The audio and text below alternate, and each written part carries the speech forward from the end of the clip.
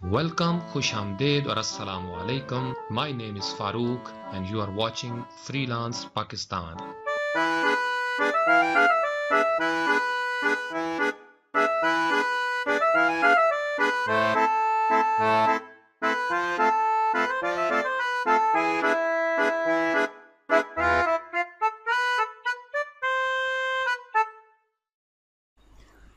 आज हम बात करेंगे कोरल ड्रॉ के 60 से ज़ायद टूल्स में से उन 6 टूल्स का जो इंतहाई अहम है।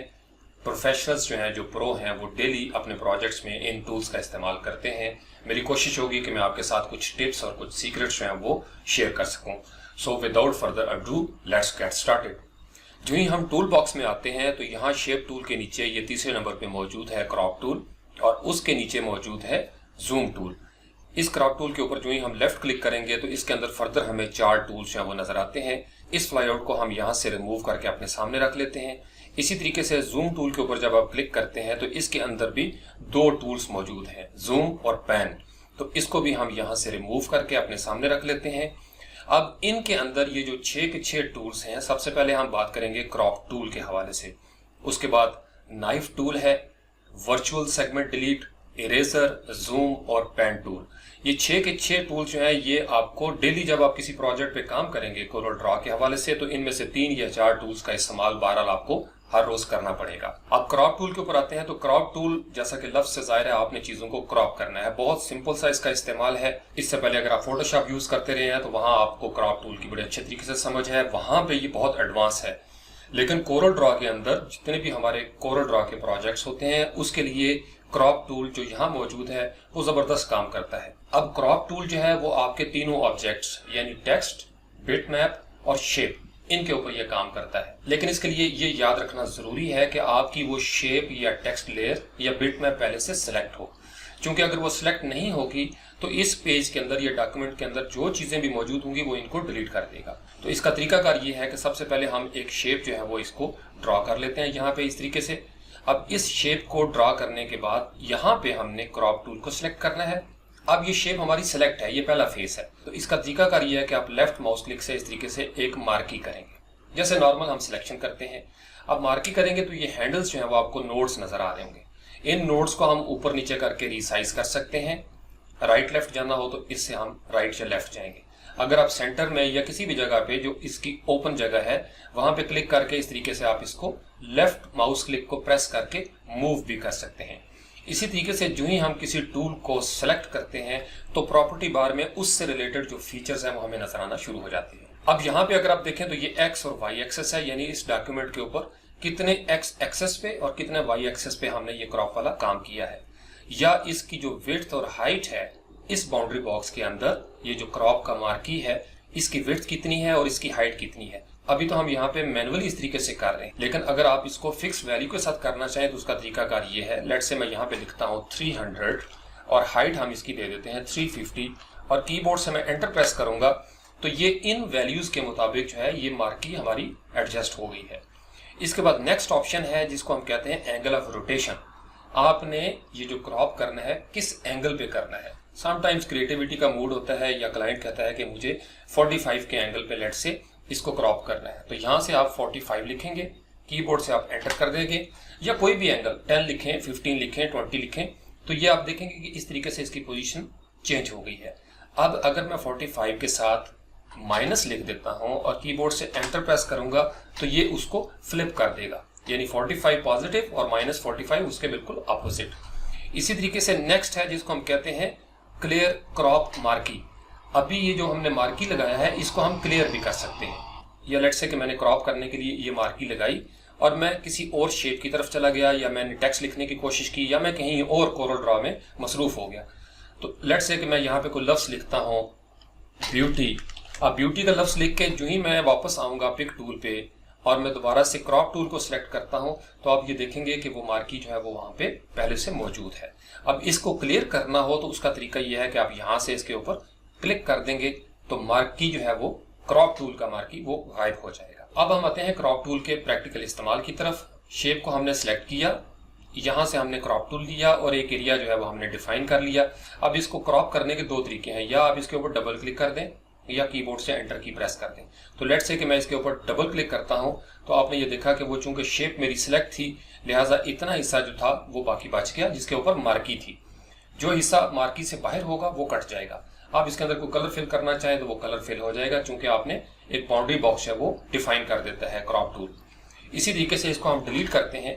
अब हम इसका एक दूसरा जो है वो फेस देखते हैं कि अगर शेप सिलेक्ट ना हो तो फिर क्या होगा। अभी तो फिलहाल ये सिलेक्ट है, अगर मैं यहां से पिक टूल लेता हूं, इसको डी सिलेक्ट कर देता हूं, क्रॉप टूल को सिलेक्ट किया और उसके बाद मैंने किसी एरिया में इस तरीके से मार्की किया लेफ्ट माउस क्लिक के साथ, और यहां से डबल क्लिक करता हूं या कीबोर्ड से एंटर की प्रेस कर दूंगा, तो एवरीथिंग इज गॉन। रीजन कि आपने शेप को पहले सिलेक्ट नहीं किया था और आपने डायरेक्ट उसके ऊपर जाके उसको क्रॉप करने की कोशिश की, लिहाजा जो कुछ भी डॉक्यूमेंट्स के अंदर मौजूद था वो सारा कुछ उसने गायब कर दिया। तो इसका ख्याल रखना आपके लिए बड़ा जरूरी है। बाज़ औक़ात इंसान कहता है मैंने क्रॉप किया और ये सारी चीजें गायब हो गई, तो कंट्रोल जी करके हम इसको अनडू करते हैं। आप कोई टेक्स्ट लिखते हैं, लेट्स से यहाँ पे हम लिखते हैं एक लफ्ज ब्यूटी। अब ब्यूटी को लिखने के बाद इसको हम थोड़ा सा इसका साइज बड़ा कर लेते हैं।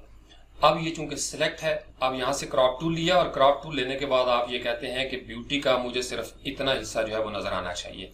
तो यहाँ से हमने एंटर किया कीबोर्ड से, तो आपने देखा कि वो जो ऊपर वाला हिस्सा था वो क्रॉप हो गया और बाकी ये लफ्ज रह गया।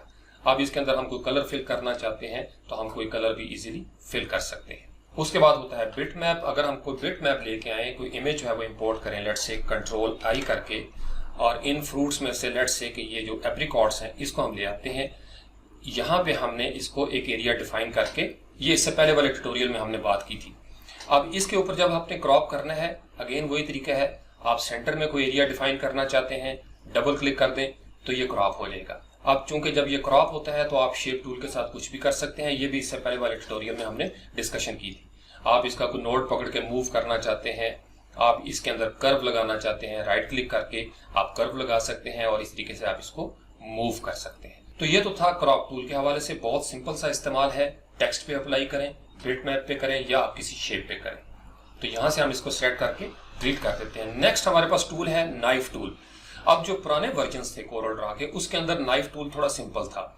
2018 में इन्होंने थोड़ा एनहेंस कर दिया है। जो लेटेस्ट वर्जन है X8 और उसके बाद, उसमें इसकी पावर उन्होंने पहले से ज्यादा बढ़ा दी है। पहले नाइफ टूल में सिर्फ दो चीजें थी, फ्री हैंड था और एक सिंपल ऑप्शन था। आपने इस तरीके से किसी शेप के ऊपर जाके, किसी एज के ऊपर, जो ही आपका नाइफ वहां पे पहुंचेगा तो वो सीधा हो जाएगा। और उसका तरीकाकार वही है जो आज हम देखेंगे। आपने एज टू एज कट करना है या फ्री हैंड अंदाज में एज टू एज जो है आप उसको काटेंगे। 2018 में नाइफ टूल जो है इसको थोड़ा एनहांस कर दिया गया है। तो यहां से हम एक शेप जो है वो ड्रॉ कर लेते हैं, बेसिक शेप। अब यहां से हम लेते हैं नाइफ टूल। अब नाइफ टूल के लिए शेप का सिलेक्ट होना जरूरी नहीं है, क्रॉप टूल के लिए जरूरी था। तो आपने देखा कि जो ही हमने इसके ऊपर क्लिक किया तो इसके फीचर्स जो है यहाँ पे प्रॉपर्टी बार में ये नजर आना शुरू हो गए। सबसे पहले है 2 point line mode. Corel Draw के अंदर 2 पॉइंट लाइन का मतलब कि आप 2 पॉइंट्स में एक सीधी लाइन लगाएंगे। अब उसका तरीका ये है कि आपने जिस जगह पे लाइन लगानी है, लेट्स से कि आपने वहां पे वंस क्लिक किया और इस तरीके से ड्रैग करते हुए, मैंने लेफ्ट माउस क्लिक को प्रेस रखा हुआ है, इस तरीके से मैं इसको फ्रीली मूव कर सकता हूँ। लेकिन अगर मैं अपने कीबोर्ड से कंट्रोल की प्रेस करूंगा तो फिर ये देखा आपने एक खास एंगल के साथ मैं उसको मूव कर सकूंगा। तो यहाँ पे मैंने लाइन लगाई और छोड़ दिया। उसके बाद आप पिक टूल पे आएंगे। पिक टूल पे आने के बाद यहाँ पे आप सिलेक्ट करेंगे तो ये 2 हिस्सों में तकसीम हो चुका है। इसमें आप लेट्स से कि ये कलर दे देते हैं और इसके अंदर जो है वो हम ये वाला कलर ऐड कर देते हैं। तो इस तरीके से ये तो था जो 2 पॉइंट है, डिलीट कर देते हैं इसको। इसी तरीके से नेक्स्ट जो है हम एक और शेप ड्रॉ करते हैं। अब हम सिलेक्ट करते हैं इसको यहाँ से फ्री हैंड मोड। इससे पहले हमने बात की थी 2 पॉइंट लाइन मोड के हवाले से। और जब हम यहाँ से फ्री हैंड मोड जो है उसको एक्टिवेट कर लेंगे तो उसका तरीका यह है कि इस तरीके से आपने लेफ्ट माउस क्लिक किया और आपने इस तरीके से जिग जैग बनाना चाहते हैं या कोई भी आप शेप बनाना चाहते हैं तो ये इस तरीके से चाकू जो है नाइफ वो काट देगा इसको। अब इसको हमने सिलेक्ट किया और इसके अंदर आप ये कलर फिल कर दें। इसको सिलेक्ट किया और इस तरीके से आप इसको ये कलर दे सकते हैं। अब अगर आप चाहें इसके अंदर थोड़ा गैप आ जाए तो आप गैप भी दे सकते हैं इस तरीके से। ये क्रिएटिविटी इस तरह की डिजाइन में हमें करना पड़ती है। उसके बाद नेक्स्ट ऑप्शन है हमारा तीसरा, बेजियर का। यहाँ से हम एक शेप ड्रॉ करेंगे। ये शेप हमारे पास ड्रॉ होगी। यहाँ से हमने नाइफ टूल को सिलेक्ट किया और यहाँ से तीसरा ऑप्शन बेजियर मोड, यानी आपने कर्व के साथ अगर यही काम करना है नाइफ वाला तो फिर आपको ये फीचर यहाँ से सिलेक्ट करना पड़ेगा। अब इसका तरीकाकार बहुत आसान है और ये आपके फ्लायर्स बनाने के लिए, ब्रोशर्स बनाने के लिए बड़ा ज़बरदस्त काम आएगा। उसका तरीका ये है कि आपने बाहर एक दफ़ा क्लिक करके थोड़ा सा ड्रैग करना है, तो आप ये देखेंगे कि ये हैंडल्स जो हैं ये नज़र आना शुरू हो गए हैं। जो इसके बाद वाला ट्यूटोरियल है उसमें हम बेजियर के बारे में डिटेल्स में बात करेंगे। फिलहाल आप ये समझ लें कि इस तरीके से आपने क्लिक किया तो ये एक कर्व जो है इसके अंदर से निकलना शुरू हो गई। अब लेट्स से कि इसके ऊपर आके मैं इसको थोड़ा सा लेफ्ट माउस क्लिक को मैंने प्रेस रखा हुआ है, मैं ड्रैग करता हूँ इस तरीके से और ये मैंने एक कर्व जो है वो लगा दी। अब आप अपने कीबोर्ड से स्पेस को प्रेस कर देंगे, पिक टूल के ऊपर क्लिक किया, इसको आपने सेलेक्ट किया इस तरीके से एक हिस्से को, इसके अंदर आप कलर दे देते हैं ये वाला और इस हिस्से को सिलेक्ट करते हैं और इसमें कलर दे देते हैं ये वाला। तो ये अलग अलग भी चीज़ें जो हैं वो मूव होना शुरू हो जाएंगी इस तरीके से। अब आप इसके अंदर जो है वो थोड़ा गैप दे लें। आपने बिजनेस कार्ड के अंदर कोई ऐसी कर्व लगानी है या लेट्स से कि आपने इस तरीके से कोई फ्लायर बनाया हुआ है और उस फ्लायर के अंदर आपको ऐसा डिज़ाइन देना चाहते हैं जैसे नॉर्मल नज़र आता है, तो यहाँ से नाइफ टूल को सिलेक्ट किया, यहाँ से बेजियर मोड बाहर क्लिक किया, इस तरीके से थोड़ा सा आप ड्रैग करेंगे तो ये आपको हैंडल नज़र आना शुरू हो जाएंगे। उसके बाद नीचे आए या किसी भी जगह पे आपको कर्व लगाना चाहते हैं, लेट्स से कि यहाँ पे इस तरीके से आपने एक कर्व जो है वो लगा दी, स्पेस बार को प्रेस किया या आप अपने कीबोर्ड से एंटर भी कर सकते हैं।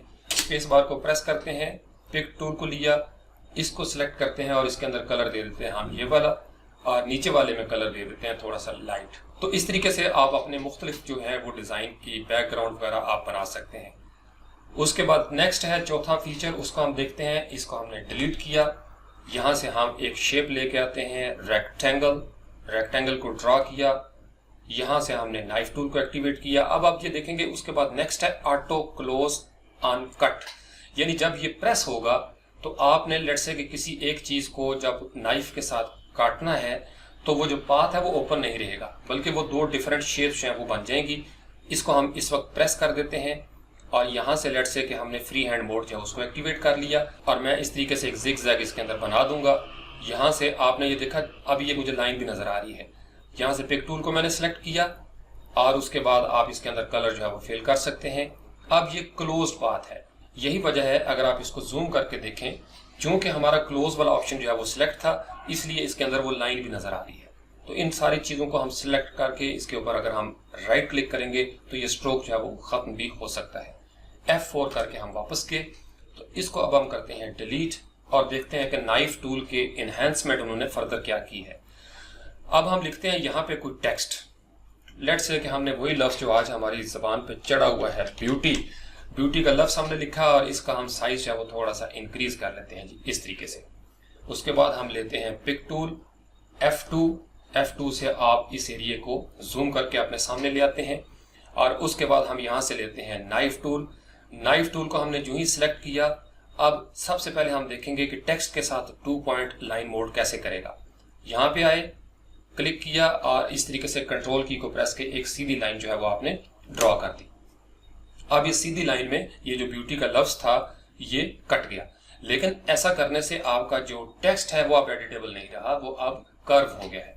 तो अब इस नीचे वाले हिस्से को आप सिलेक्ट करेंगे और इसके अंदर लेट्स से कि आप ये वाला कलर जो है वो फिल कर देते हैं। ऊपर वाले को सिलेक्ट किया, उसके अंदर आप ग्रीन कलर जो है वो देना चाहते हैं, आप ग्रीन दे सकते हैं। अब आप इसको नीचे करना चाहते हैं, थोड़ा राइट साइड पे करना चाहते हैं, तो ये एक क्रिएटिविटी होती है कि आप इस तरह का डिज़ाइन जो है वो बनाना चाहते हैं।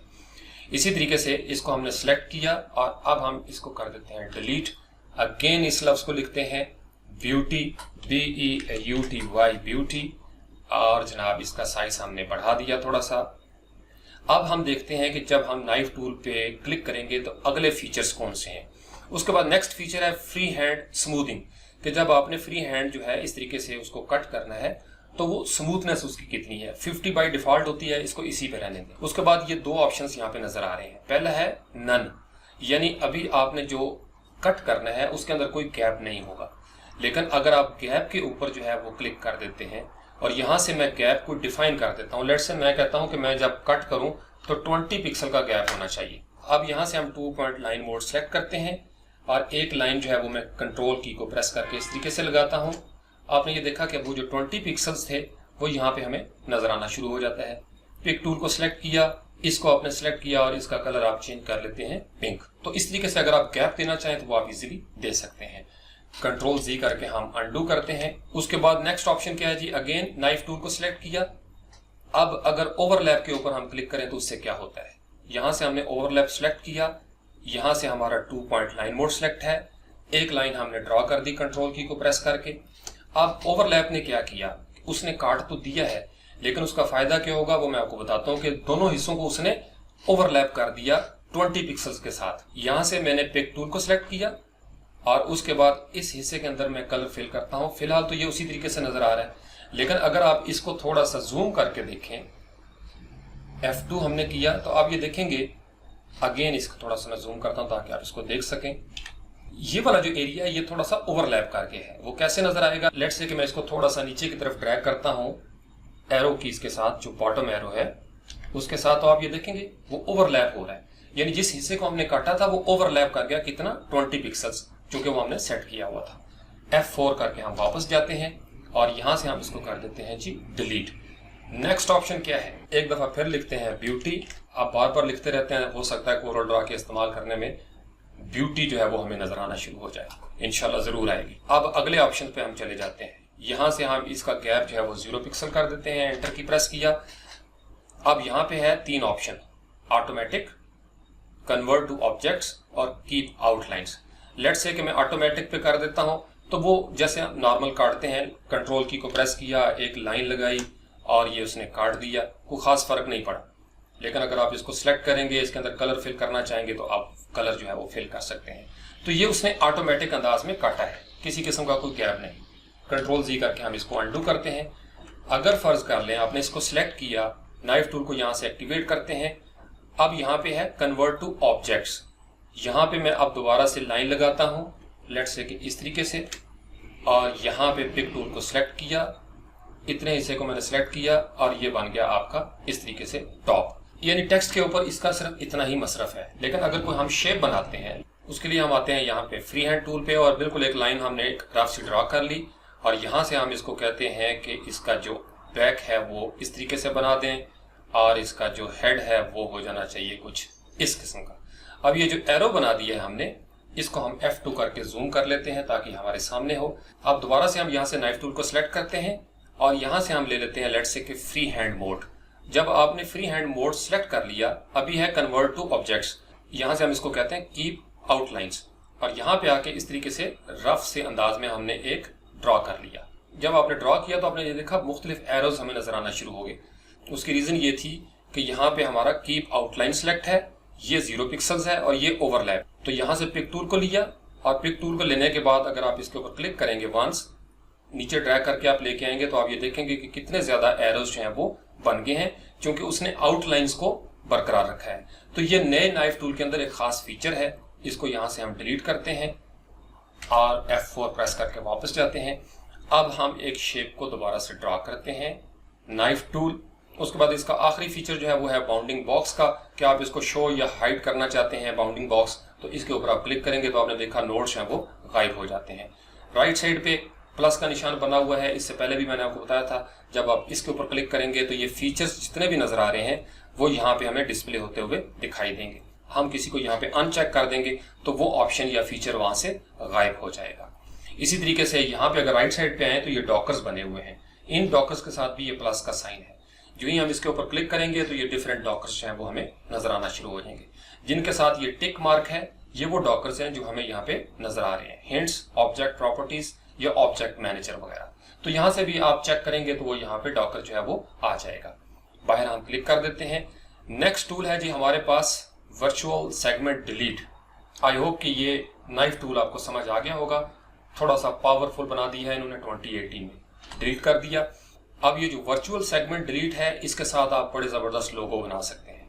किस तरीके से मैं आपको बताता हूँ। एलिप्स टूल ले लिया, एक एलिप्स है वो हमने इस तरीके से ड्रॉ कर दिया।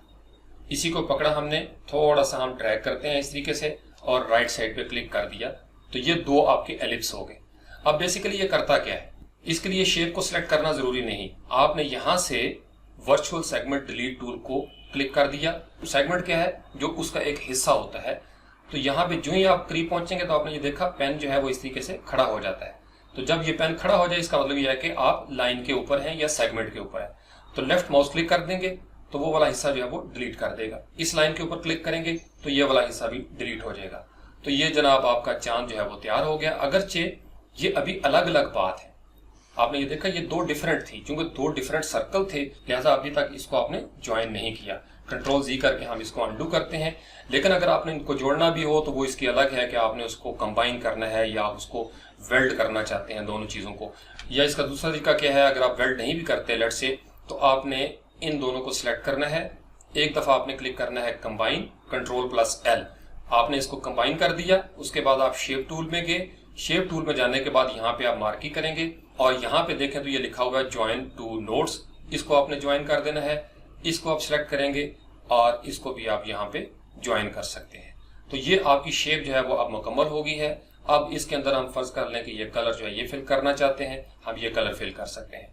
वाइट करना चाहें तो हम वाइट कलर भी इसके अंदर फिल कर सकते हैं। और अगर आपने इसका स्ट्रोक रिमूव करना हो, यहाँ पे आगे राइट क्लिक कर देंगे तो ये स्ट्रोक रिमूव हो जाएगा। अब आप इसको अपने आर्ट वर्क के अंदर किसी भी जगह पे चांद जो है वो लगा सकते हैं कि ये चांद है जी जो हमने बनाया था। तो वर्चुअल सेगमेंट टूल का बस इतना ही काम है। अगर बहुत सारे सर्कल भी आप बनाते हैं, या लेट्स से कि आपने एक सर्कल बना दिया, उसके बाद आपने यहाँ से रेक्टेंगल ली और एक रेक्टेंगल आपने बना दी, उसके बाद आप यहाँ से एक पॉलीगॉन लेते हैं और पॉलीगॉन जो है वो भी आप बना देते हैं इस तरीके से, और यहाँ से लेट्स से कि आप स्टार लेते हैं और स्टार जो है वो भी आपने ड्रॉ कर दिया इस तरीके से। तो जैसे मैंने आपको बताया कि सिलेक्ट करने की जरूरत नहीं है, आपने वर्चुअल सेगमेंट डिलीट टूल जो है वो यहाँ से ले लिया या यहाँ से इसके ऊपर आपने क्लिक किया।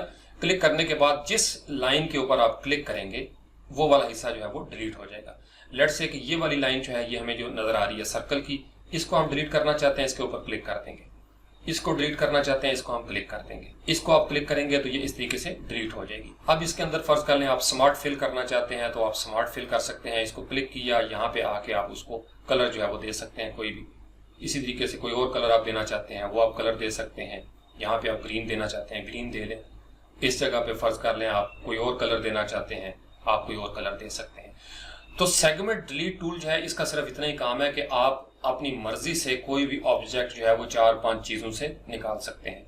आप अपनी मर्जी से कोई सेगमेंट जो है उसको डिलीट करेंगे और इस तरीके से आप कस्टम अंदाज में बड़ी जबरदस्त रेशो के साथ लोगोस जो है वो भी बना सकते हैं। आपने सुना होगा वो गोल्डन रूल, तो इसकी मदद से आप वहां तक पहुंच सकते हैं। ये जब उसकी स्टेज आएगी तो इंशाल्लाह ताला हम बनाएंगे गोल्डन रूल के साथ भी। तो यहाँ से हमने इसको सिलेक्ट किया और इन सारी शेप्स को सिलेक्ट करने के बाद इसको डिलीट कर देते हैं। नेक्स्ट टूल है जनाब इरेजर टूल। इरेजर टूल से कौन वाकिफ नहीं है? इरेज करना, रबर है, मिटाना है, फोटोशॉप के अंदर भी है। अगर आपने कोई शेप ले ली है, इसका भी तीनों चीजों पे इस्तेमाल होता है, टेक्स्ट के ऊपर, बिट मैप के ऊपर और शेप के ऊपर। लेट्स से कि इसका कलर जो है वो हम फिल कर देते हैं ताकि आपको नजर आए। यहां से हमने इरेजर टूल, जिसका कीबोर्ड शॉर्टकट एक्स है, आपने एक्स प्रेस किया, इरेजर टूल जो है वो एक्टिवेट हो गया। अब जब इरेजर टूल एक्टिवेट हो गया तो इसके फीचर्स आप देख सकते हैं कि किस शेप का ये ब्रश है। अभी ये राउंड है, क्योंकि यहाँ पे राउंड सेलेक्ट है। अगर मैं कर देता हूँ स्क्वायर निब तो फिर ये इस तरह का नजर आना शुरू हो जाएगा। इसी तरीके से ये जो नेक्स्ट ऑप्शन है ये है पेन प्रेशर के लिए। अगर आपके पास स्टाइलस है, कोई प्रेशर वाला टैबलेट है तो आप इसको यूज करेंगे। फिर ये उसकी थिकनेस है कि आपने थिकनेस इसकी कितनी रखनी है। उसके बाद राइट साइड पे लिखा हुआ है पेन टिल्ट। अगर आप फर्ज कर लें पेन के साथ कर रहे हैं टैबलेट के ऊपर तो उसकी टिल्ट आपको कितनी चाहिए। और उसके बाद है जनाब उसका एंगल। नेक्स्ट ऑप्शन है पेन बेयरिंग कि उसकी बेयरिंग जो है वो कितनी होनी चाहिए। और साथ ही उसमें लिखा हुआ है कि use stylus bearing to vary the rotation of the nib, कि वो जो रोटेशन है वो कितनी ज्यादा उसको रोटेट करना है। ये जिनके पास प्रेशर टैबलेट्स हैं वो इन चीजों को बेहतर समझते हैं। मैं चूंकि माउस इस्तेमाल कर रहा हूं इसलिए मैं अभी वो आपको करके नहीं दिखा सकता। उसके बाद है जी रिड्यूस नोड्स। इसके बारे में हमने शेप टूल के ट्यूटोरियल में बात की थी कि आपने नोड्स को कम करना होता है। अब यहाँ से सर्कुलर निब आपने या राउंड निब ले ली और इसका तरीका कर क्या है, इस तरीके से आपने डिलीट कर दिया। अब यहाँ से आप पिक टूल लेंगे और पिक टूल लेके आप इसको राइट लेफ्ट कर सकते हैं। अब आपने देखा कि ये चूंकि इरेज तो हो गया है लेकिन ये एक ही ऑब्जेक्ट है फिलहाल, तो राइट क्लिक करें और इसके बाद आप यहाँ पे इसको कर सकते हैं break curve apart, control plus K. ये दो कीबोर्ड शॉर्टकट आपके लिए बड़े अहम है।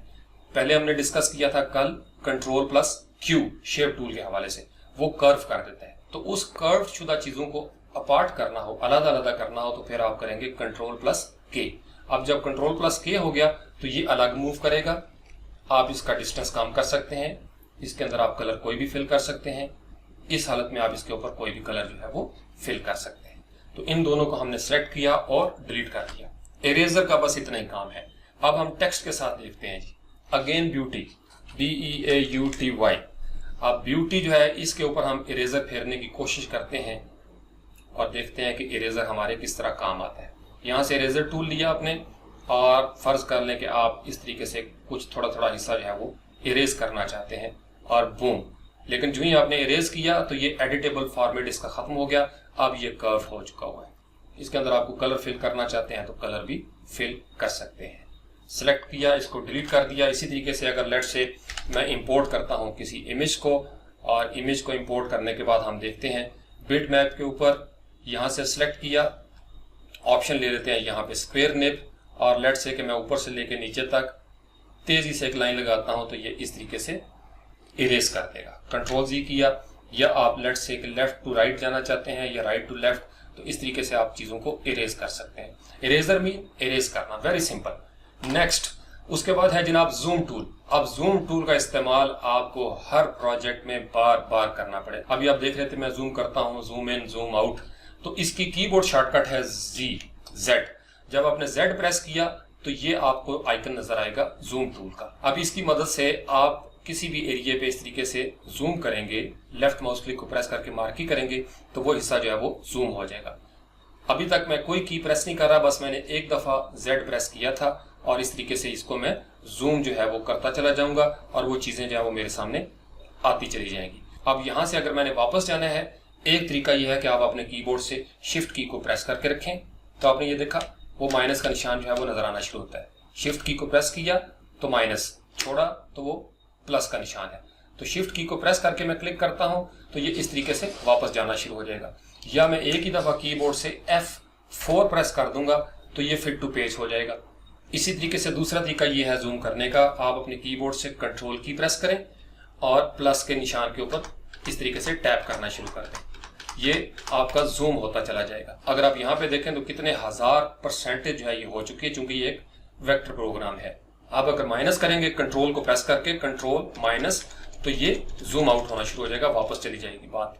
ये बिल्कुल वही काम है जो हम F2 के साथ करते हैं। अभी हम F4 को करेंगे, वापस आ गया। इसी तरीके से नेक्स्ट ऑप्शन क्या है कि अगर आपने कोई चीज जो है वो सिलेक्ट की हुई है, लेट्स से कि हमने इसको सिलेक्ट किया हुआ है, वंस हमने क्लिक किया ये सिलेक्ट हो गया।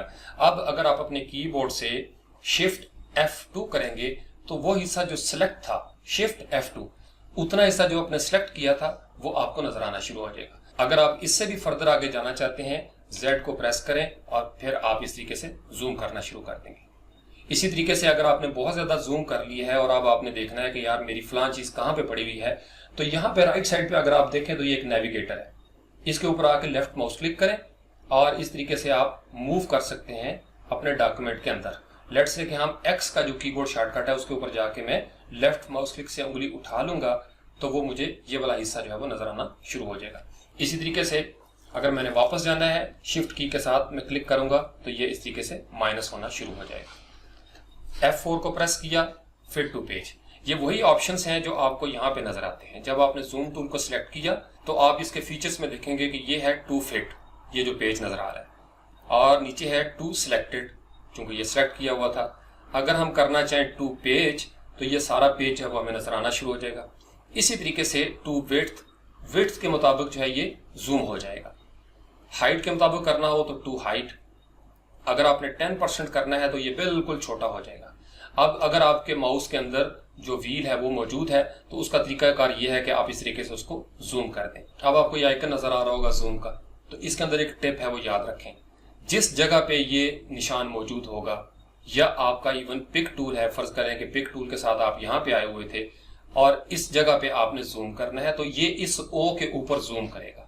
अगर मैंने मून के ऊपर जूम करना है, अभी मैंने कोई की प्रेस नहीं की, ना लेफ्ट माउस क्लिक ना राइट माउस क्लिक, लेकिन मून के ऊपर मैं एरो की को लेके आया और मैंने अपने माउस से व्हील जो है उसको इस तरीके से रोटेट करना शुरू कर दिया। तो आप ये देखेंगे कि ये उस मून के उस एरिया में जहां पे वो पिक टूल पड़ा हुआ था उससे उसने जूम करना शुरू कर दिया। अपनी तरफ मैं उस व्हील को घुमाता हूं तो ये बिल्कुल जूम आउट हो जाएगा। इस तरह करूंगा तो ये जूम इन होना शुरू हो जाएगा। अगेन F4 करूंगा तो ये फिट टू पेज हो जाएगा। अब फर्ज करें कि मैंने बहुत ज्यादा जूम कर लिया, यहां से मैंने जूम टूल को सेलेक्ट किया या यहां से, और इसका परसेंटेज मैं कर देता हूं 800%। अब मेरा 800% पे ये जूम हो गया है। तो इसी से रिलेटेड फिर नेक्स्ट एक आपका टूल है, that is called pen tool, कि आपने डॉक्यूमेंट के अंदर पेन करना है। और आप ये देखेंगे हाथ का निशान ये फोटोशॉप में भी है, इलस्ट्रेटर में भी जब हम स्पेस बार दबाते हैं तो हम उसको टेम्परेरी एक्टिवेट कर सकते हैं। इसके लिए यह है कि आप या यहां से इसको क्लिक करें या कीबोर्ड से H प्रेस कर देंगे तो H फॉर हैंड। तो अब आप बगैर कोई की प्रेस किए हुए अब मैं माउस के लेफ्ट माउस क्लिक को प्रेस कर रहा हूं और इस तरीके से मैं अपने डॉक्यूमेंट के अंदर जा सकता हूं, यानी पैन कर सकता हूं। पैन करने का मतलब यह है कि कैमरा जो है वो इस तरीके से राइट लेफ्ट या ऊपर नीचे आपने बाज का डॉली करना होता है, बाज का पैन करना होता है। या आप यही तरीकाकार है कि आप नेविगेटर पे आए और नेविगेटर से डायरेक्ट आप इसके ऊपर चले जाएं और आपका हैंड टूल चूंकि सिलेक्ट है आप इस तरीके से कहीं भी मूव कर सकते हैं। अगेन आपने यहां से F4 को प्रेस किया तो आपका डॉक्यूमेंट वापस अपनी असली हालत में पहुंच गया। तो ये था ये 6 टूल्स के बारे में। बहुत सिंपल सा इस्तेमाल है लेकिन आपको डेली इस्तेमाल करना पड़ता है। जूम टूल का ख्याल रखिएगा, कैसे आपने बाहर जाना है, कैसे आपने वापस आना है। फिर इसी तरीके से जो रिसेंट नाइफ टूल आया है इसको जरूर ट्राई करें, बड़ा जबरदस्त क्रिएटिव है, फ्लायर बनाने के लिए, बिजनेस कार्ड बनाने के लिए आपके बड़े काम आएगा। फिर इसी तरीके से वर्चुअल सेगमेंट डिलीट टूल है, अगर आप कोई क्रिएटिविटी करना चाहते हैं तो ये बेहतरीन टूल होगा आपके लिए। अब इसके बाद जो नेक्स्ट ट्यूटोरियल होगा इंशाल्लाह ताला उसमें हम डिस्कशन करेंगे फ्री हैंड से लेके यहाँ नीचे लाइव स्केच तक, और उसके अंदर 2 इंतहाई अहम टूल हैं, बेजियर और पेन टूल। आप देखेंगे कि बेजियर के साथ और पेन टूल की मदद से हम क्या क्या कर सकते हैं।